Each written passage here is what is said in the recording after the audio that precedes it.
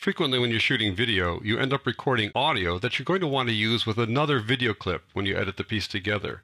That's a common editing technique. I want to show you a couple ways to do that in this lesson. So go to Working Files, go to Projects, and then open up 1801 Swapping Audio. Start off with these two signs. You got this wide shot, and then we've got this tight shot. Now, just for grins here, this first shot has a little bit of traffic noise at the end of it. Just a little bit of car noise. What I want to do is I want to take the audio from the second clip, which is just birds. Lovely little birds there. I want to take that audio and put it on the first clip and just share it, kind of. So I'm going to spread the view out a little bit so I can see things better by pressing the plus key, the equals key, and get some more real estate there. I want to take this audio and copy it and put it over there. Well, first I want to separate it from the video. So I hold down the Alt or the Option key and then click on it, and that selects it. And now I want to make a duplicate of it. So I hold down the Alt or the Option key again and pull it down one notch. And now I've got a duplicate. And I let go of the mouse button, then let go of the Alt or the Option key. Now I've got a duplicate. Now it happens to be the same length almost as the first one. Pretty close. So what I'm going to do is drag it up and replace it like that. I'm going to expand the view a little bit here so I can see what I've done. I've got a little extra stuff right there. So what I want to do is I want to delete that. But if I click on it, I'm going to select the whole clip, and I'll delete the whole clip. It will go like this, and that would be bad, right? So I'm going to Control or Command Z to undo that. So hold on the Alt key again, select that, and press Delete. Now I'll just take this lower guy down and just stretch it out to match the distance. So now I've got the duplicate bird songs, but no one's going to notice that, I'm pretty sure. Let's just pull this thing back a little bit. Listen to that. And one reason they're not necessarily going to notice it is because I'm going to put some more audio from the instructor from another clip and put it here, and so then the bird song will be less relevant there. We'll keep the bird song there. We'll just put the instructor's audio on a different track, but it won't be so obvious that people notice that it's exactly the same as the first one. So I'm going to add audio to this from another source. Another source is going to be the instructor. This is going to be number 3 here. So I'm going to double click on her to bring her up here in the source monitor.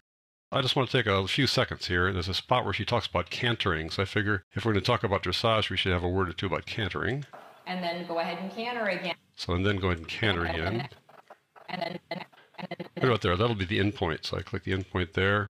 And we're going to need, let's see, duration is 320. So we need 320 at least. Let me just kind of play this for a while.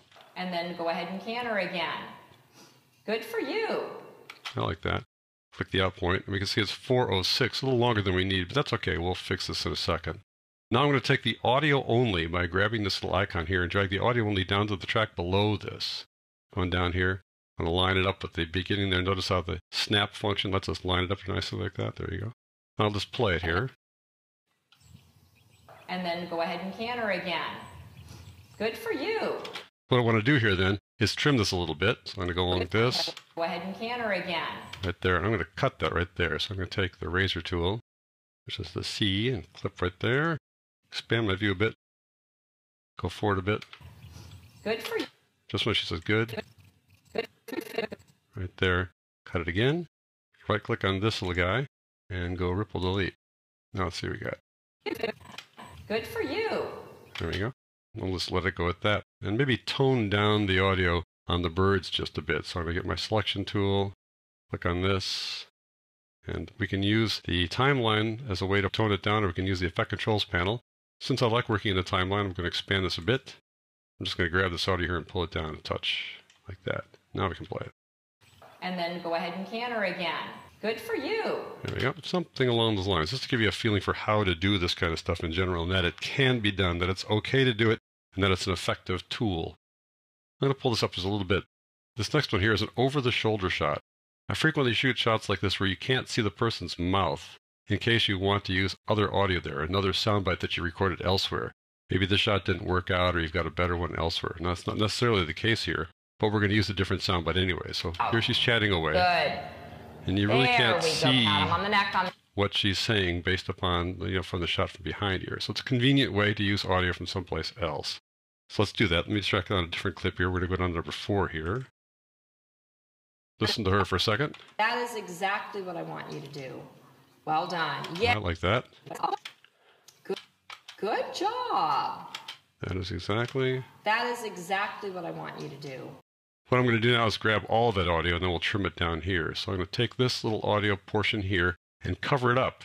Just cover that up completely. Replace what's there. We'll see how this works now. That is exactly what I want you to do. Well done. Yes. All right. That was the best one you've done so far. Very good. Depending on the out point here, I could either expand the length of the clip on top or shrink the one at the bottom to make them line up. But you get the sense of how that works. You can take some audio only from here and just cover up whatever's below there. Just replace it entirely. Let's go over here now. Exactly. Sort of the opposite circumstance now. We've got her giving some instruction with the shot out in the arena. What I want to do is take voice from one of these tight shots and replace this with that. This time I want to do it from within the sequence, though. So let me bring in number 1 here. Put it right there. Take some audio from here. Super. Much better. And then spiral back out. I think starting right there, perhaps. So I'm going to take my razor tool here, my C cut tool, and click there. Good. There we go. Pat him on the neck on the inside hand. Nice. That's it. There you go. So we'll take this portion and put it over here. This clip is way long. We wouldn't use the whole clip anyways, but I do want to show you just the basic way to do this. So I want to take this portion. So I need to select just the audio portion here. So I click away and then press the Alt button or the Option button and click there just to select that audio. Now I can pull it out as a separate item and pull it around. I'm just going to drag it over here and put it right there at the beginning, and we might want to adjust it later, but I'll put it there at the beginning, and if we want to adjust the length of this clip or something like that later, we can. Here we go. Good. There we go. Pat him on the neck on the inside hand. Nice. There you go. So you can take audio from another source here in the timeline. If I didn't want to remove that, if I somehow wanted to use that exact same shot with that exact same audio again, then I wouldn't have pulled it away like that. I would have made a duplicate before bringing it over here. So I think you get the sense now that not only is it okay to take audio from one clip and put it on another one, but it's an absolutely standard part of video editing.